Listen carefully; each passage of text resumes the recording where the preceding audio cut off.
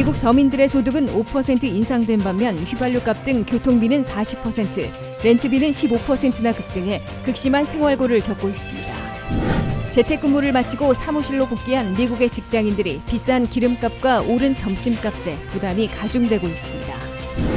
미국 내 유가 급등으로 4인 가구당 매달 $400씩 올 연말까지 제공하려는 법안이 연방의회에서 추진되고 있습니다. 학자 융자금을 탕감해 줄 것인지 아니면 상환유예를 재연장할 것인지 4월 중에 결정이 나올 것으로 백악관이 밝혔습니다.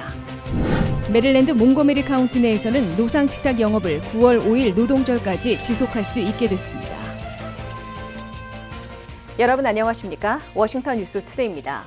미국 서민들이 지난 1년간 소득은 5% 인상된 반면 가계 지출의 절반을 차지하는 휘발유값 등 교통비는 40%, 렌트비는 15%나 급등하는 바람에 극심한 생활고를 겪고 있습니다. 미 서민들은 아직 고용시장이 강력히 버티고 있으나 교통비와 렌트비가 더 오르고 금리까지 인상하면 패닉에 빠질 것으로 우려되고 있습니다. 김지수 기자가 보도합니다. 40년 만의 물가 폭등과 유가 급등, 렌트비 상승 등에 미국의 중산층 이하 서민들이 생활고에 신음하고 있습니다.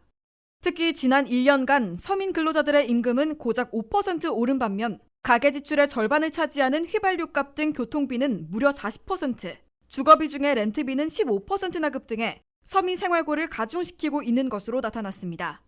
워싱턴의 싱크탱크인 도시연구소가 발표한 새 연구보고서에 따르면 2021년 2월부터 올 2월까지 1년 사이에 미 근로자들의 시급은 5% 올라갔습니다. 하지만 40년 만에 7.9% 물가 폭등을 주도하고 있는 유가와 렌트비 등이 소득보다 3배 내지 8배나 급등해 생활고를 가중시키고 있습니다.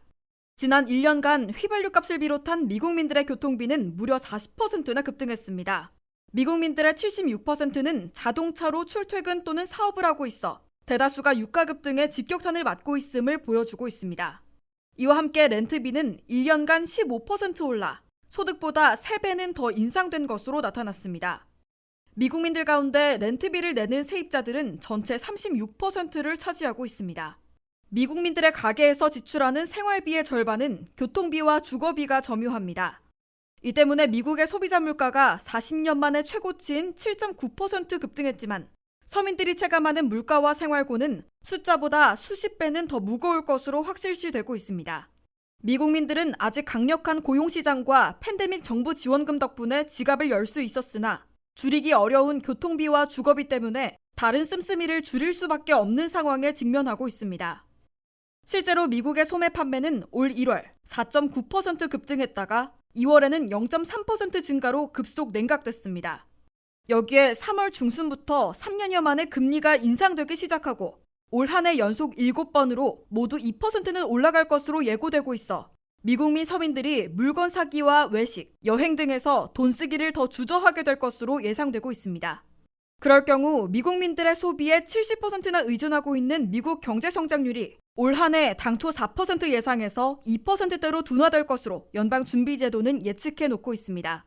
WKTV 뉴스 김지수입니다.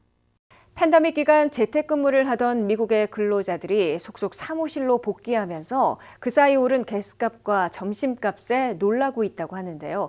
샐러드 가격만 해도 3월에만 11% 더 비싸졌습니다. 급여도 올랐다고 하지만 물가 인상을 고려하면 실질 소득은 줄어든 셈인데요.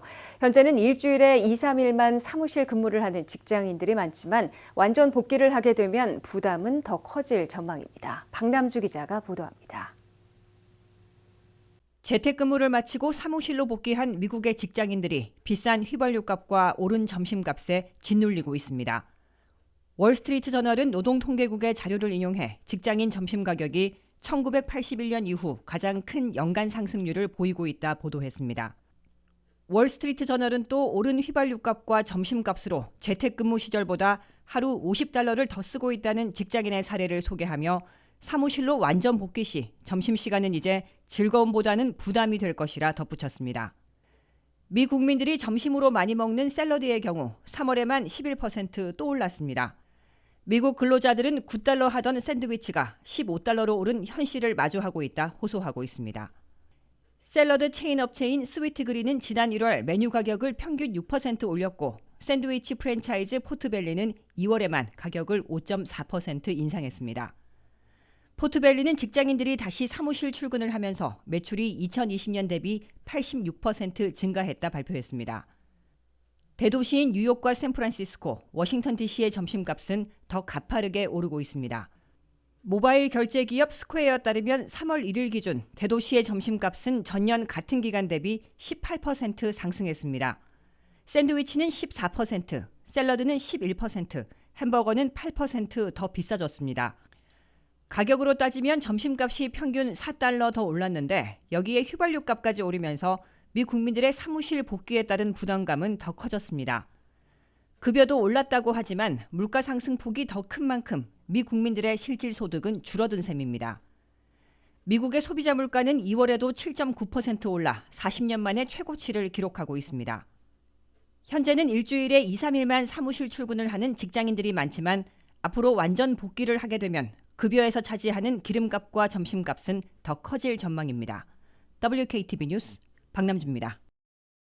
미국 내 휘발유 값이 4달러 이상으로 치솟자 4인 가구당 매달 400달러씩 올 연말까지 제공하려는 에너지 리베이트 법안이 연방의회에서 추진되고 있어 성사 여부가 주목되고 있습니다. 1인당 100달러, 4인 가구 400달러 제공안이 그대로 승인될지 미지수지만 11월 중간선거를 치러야 하는 연방의원들이 갖가지 유가와 물가급 등에 따른 생계비 지원안을 내놓고 있어 새로운 리베이트가 성사될 것으로 예상되고 있습니다. 한면태 기자가 보도합니다. 40년 만에 물가급 등에다가 러시아의 우크라이나 침공으로 유가 폭등까지 겹치자 생활고에 빠지고 있는 미국민들의 고통을 덜어주려 워싱턴 정치권이 본격 나서고 있습니다. 미국 내 휘발유 값이 전국 평균으로도 4달러를 넘어서고 캘리포니아에서는 6달러대에 임박하자 새로운 형태의 에너지 리베이트 지원안이 추진되고 있습니다. 민주당의 캘리포니아 출신 마이크 톰슨, 커네티컷 출신 존 라러슨, 일리노이 출신 로렌 언더우드 연방 하원의원들이 가스 리베이트 액트를 상정했습니다. 이 법안에 따르면 미국 내 휘발유 값이 4달러를 넘으면 매달 성인 1인당 100달러, 부부 200달러, 부양자녀 1인당 100달러, 4인 가구 400달러씩 올 연말까지 에너지 리베이트로 제공토록 하고 있습니다. 부양 체크 때와 같이 연 조정소득 싱글 7만 5천 달러, 부부 15만 달러 이하이면 모두 에너지 리베이트 체크를 제공하고 싱글 8만 달러, 부부 16만 달러까지는 단계별로 줄여 지급토록 하고 있습니다.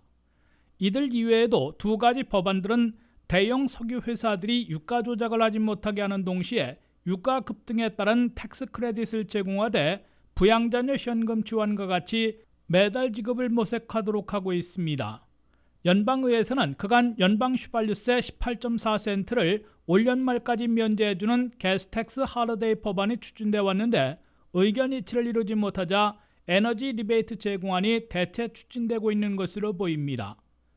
캘리포니아에서도 주별 휘발유세 면제 방안 대신에 가구당 400달러씩 제공하는 리베이트안이 추진되고 있습니다. 현재까지 나온 에너지 리베이트나 에너지 텍스 크레딧 법안을 시행하는 데 필요한 재원을 확정하지 못해 금년간 이들 법안대로 승인되기는 쉽지 않아 보이지만 물가 급등과 유가 폭등에 신음하는 서민 생활고를 해소해 주려는 각종 시도에 물꼬를 트고 있는 것으로 해석됩니다. 조 바이든 대통령과 낸시 펠로시 하원의장, 척 슈머 상원 대표 등 집권 여당 최고 지도부가 곧 서민 생활고를 완화시켜줄 지원 방안을 확정해 본격 추진할 것으로 보입니다. 11월 중간선거를 치러야 하는 연방상하원 의원들은 어떤 형태로든지 지원 방안을 확정 시행하게 될 것으로 예상되고 있습니다. WKTV 뉴스 한면택입니다. 미국민들의 학자 융자금을 일괄 탕감해 줄 것인지 아니면 일단 5월 1일 끝나는 상환유예를 재연장할 것인지 조 바이든 대통령의 결정이 4월 중에 나올 것으로 백악관이 밝혔습니다. 바이든 대통령은 $10,000와 $50,000 사이에서 의견이 갈리고 있는 탕감액에 대한 민주당 내 조율이 안 되면 일단 5월 1일 만료되는 상환유예를 네 번째로 재연장한 후 추후 최종 탕감 결정을 내릴 것으로 예상되고 있습니다. 김윤미 기자입니다.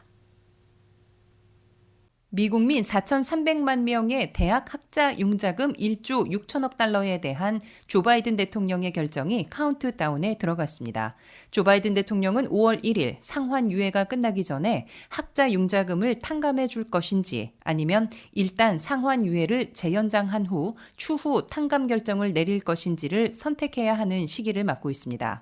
백악관의 론 클라인 비서실장은 바이든 대통령이 5월 1일 상환 유예가 끝나기 전에 결정을 내릴 것이라고 밝혀 4월 중에 선택하게 될 것임을 예고했습니다. 조 바이든 대통령은 특히 4월 중에는 학자 융자금을 얼마나 탕감해 줄 것인지를 결정하거나 민주당 내 입장 조율이 안 되면 5월 1일 이후에도 상환 유예 기간을 4번째로 연장하게 될 것으로 예상되고 있습니다. 학자 융자금 탕감 규모를 놓고 민주당의 척 슈머 상원 대표, 엘리자베스 워런 상원 의원 등은 대부분 탕감해주는 1인당 5만 달러 탕감을 촉구하고 있는 반면 바이든 대통령은 1만 달러를 고수하고 있습니다. 구체적인 탕감 액수를 놓고 민주당 내 입장 조율이 안 되면 일단 5월 1일 끝나는 상환 유예를 4번째 연장한 후에 추후 탕감액을 결정할 것으로 예측되고 있습니다. 이와 관련해 뉴욕 연방은행은 2020년 3월 학자 융자금 상환 유예를 시행한 이래 3,700만 명이 1,950억 달러를 절약할 수 있었다고 집계했습니다. 그러나 5월 1일 상환 유예가 끝나면 대규모 연체 사태가 발생할 것이라고 경고했습니다. 뉴욕 연방은행은 민간 금융기관에서 융자받아 연방 학자금 상환유예 혜택을 보지 못한 대졸자들이 상환을 유예받아온 사람들보다 연체율이 무려 33%나 높은 것으로 나타났다고 밝혔습니다. 이로 미루어 매달 상환금을 내지 않아도 됐던 대졸자들이 5월 1일부터 상환 유예가 끝나면 매달 상환금을 내지 못해 장기 연체하는 비율이 그만큼 급등할 것으로 뉴욕 연방은행은 경고했습니다. 바이든 행정부는 연방 학자 융자금 무더기 연체 사태를 피하기 위해 5월 1일 상환 유예가 끝나기 이전에 전체로는 6번째, 바이든 시절에는 4번째로 상환 유예를 재연장한 후에 탕감을 최종 결정하게 될 것으로 시사하고 있습니다. WKTV 뉴스 김윤미입니다. 몽고메리 카운티 내 베데스다, 실버스프링, 위튼에서의 노상식탁 영업이 9월 5일 노동절까지 지속할 수 있게 됐습니다. 팬데믹이 기승을 부릴 때 확장됐던 노상식탁 영업은 고객들과 사업체들로부터 높은 인기를 끌고 있어 올여름 내내 연장 허용하기로 했다고 몽고메리 카운티 정부가 밝혔습니다. 한인들도 많이 거주하고 있는 메릴랜드주 몽고메리 카운티 정부는 베데스다, 실버스프링, 위튼 지역에서의 노상식탁 영업을 연장 허용키로 했다고 발표했습니다. 베데스다, 실버스프링, 위튼 지역에 있는 노상식탁 영업은 올 여름철 내내 9월 5일 노동절까지 연장 허용된다고 몽고메리 카운티 정부는 밝혔습니다. 노상식탁 영업은 팬데믹으로 식당과 술집 등의 실내 영업이 제한되면서 비즈니스를 돕기 위해 도입됐는데 날씨가 따뜻해지면서 실외 영업을 계속 허용키로 했다고 카운티 정부는 설명했습니다. 식당과 주변 도로의 차량 통행을 통제하고 길가에 식탁을 설치해 실외 영업을 하게 만든 노상식탁은 그동안 코로나 감염을 최소화하는 동시에 식당과 술집 등의 영업을 최대한 촉진시켜 고객들과 사업주들로부터 큰 인기를 끌어왔다고 카운티 정부는 강조했습니다. 마크 엘리치 몽고메리 카운티 군수는 우리의 실외 식탁 프로그램은 그간 집단 전염을 막아주는 동시에 식당업계의 영업과 종업원 취업을 유지시켜주는데 큰 도움이 됐다고 재연장 이유를 설명했습니다. 때로는 도로의 차량 통행을 전면 통제해 불편을 초래했다는 불만도 샀으나 팬데믹 시절에는 실내 영업이 중단 또는 크게 제한되면서 동절기를 제외하고는 길거리 노상식탁 영업으로 비즈니스를 유지해왔습니다. 팬데믹이 최근 들어 급속히 수그러들면서 도로 통행에 불편을 주는 노상식탁 영업을 지속 허용해야 하는지를 놓고 논란을 겪어왔으나 몽고메리 카운티는 일단 올 봄과 여름 내내 9월 5일 노동절까지 계속 허용하는 결정을 내린 것입니다. 몽고메리 카운티와 비슷하게 메릴랜드주 내 다른 카운티에서도 제한 조치들을 대부분 해제하고 있어 비즈니스 활성화에 도움이 되는 조치들을 취하게 될 것으로 예측되고 있습니다. 버지니아에서도 팬데믹에 따른 실내 마스크 쓰기 등 제한 조치들이 대부분 이번 주에 해제됩니다.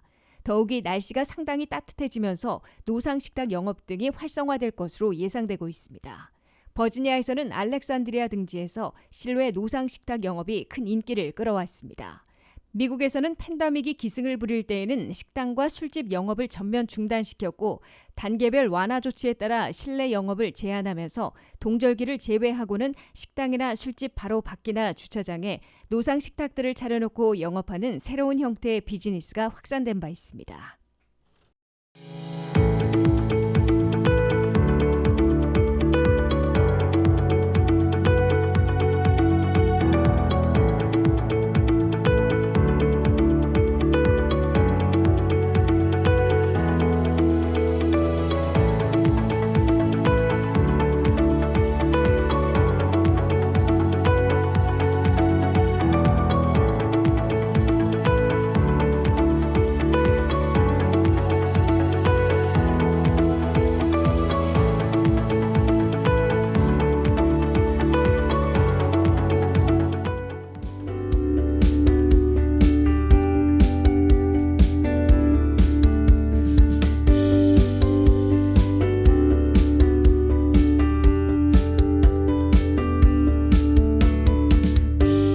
이상으로 워싱턴 뉴스투데이를 마치겠습니다. 시청해주신 여러분 고맙습니다.